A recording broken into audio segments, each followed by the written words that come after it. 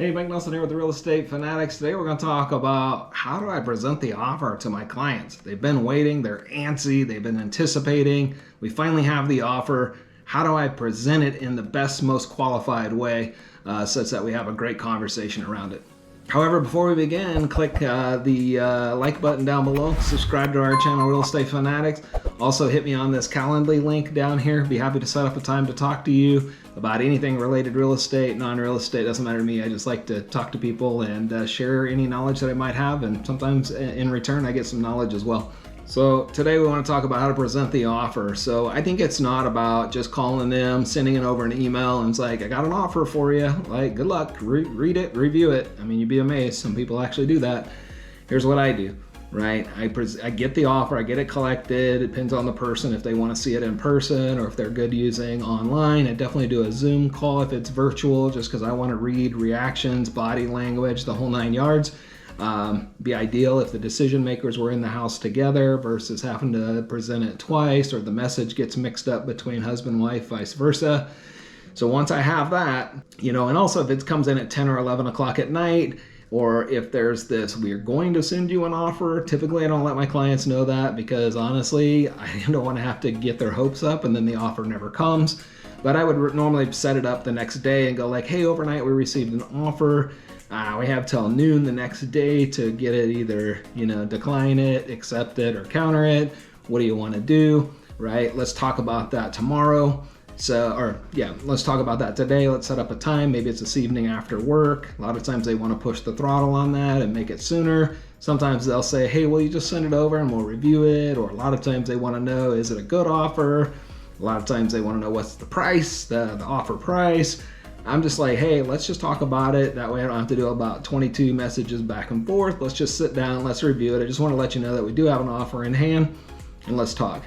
So here's the deal. When I sit with them, there's a couple scenarios. If it's maybe a lower offer than what they were expecting, I normally start the conversation anyways with, hey, remember in this market, we talked about this is our starting price. So whatever price we're at right now, today, we talked about that being a starting price. Maybe we've had to reduce price and some things like that, but we always say, remember when we sit down in this market, this is kind of a starting price.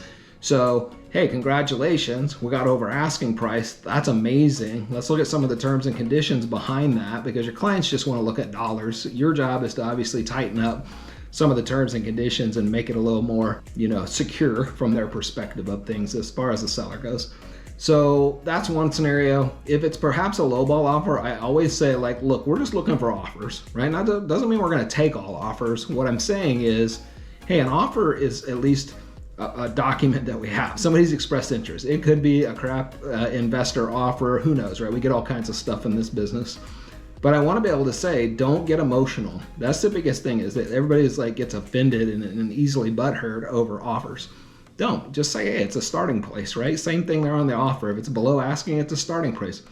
We can counter back at full ask. We can counter back a few $1,000s off, and let's just put the ball back in their court. A lot of times they're just fishing to see if they can find a seller that might take a lower offer. So don't get emotional. Let's just go through it.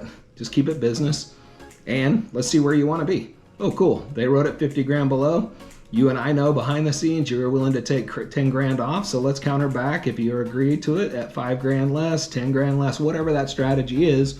You guys come to the table with that. So a lot of times I may also pull some comps in the area and say, like, hey, another one just went under contract. I called that agent and they told me, generally speaking, maybe it was slightly below list price, maybe it was slightly above. They may not give me the exact number, but I can kind of use some data and some facts and some stats to kind of say, like, hey, the market overall is doing X in this neighborhood.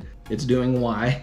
Days on market is this. This is about where we are, days on market, so on and so forth, right? So there's a lot of strategies between day one multiple offers versus day 90 minus a bunch of price reductions. You know what I mean? You have to kind of look at the scenario based on where your particular property is and what it's been doing on the market, the condition of it, so on and so forth.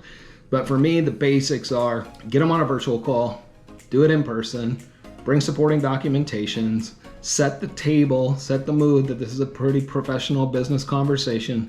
It's not about getting too emotional about things. Just keep it to the facts, keep it business oriented.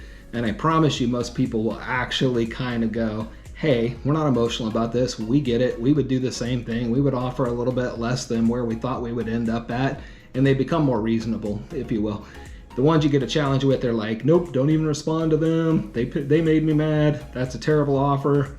Have to do what your client wants, but I'm still trying to coach them to say it doesn't hurt to send a counter back, even if it's full price. They're probably not going to take it, but what's the hurt, right? You just don't know until you send it. So hopefully that was helpful on how to present offers. And if you found some value in this video or even took a nugget out of it, hit the like button down below, subscribe to our channel, and also here's my Calendly link if you want to reach out to me and talk about anything. Thanks.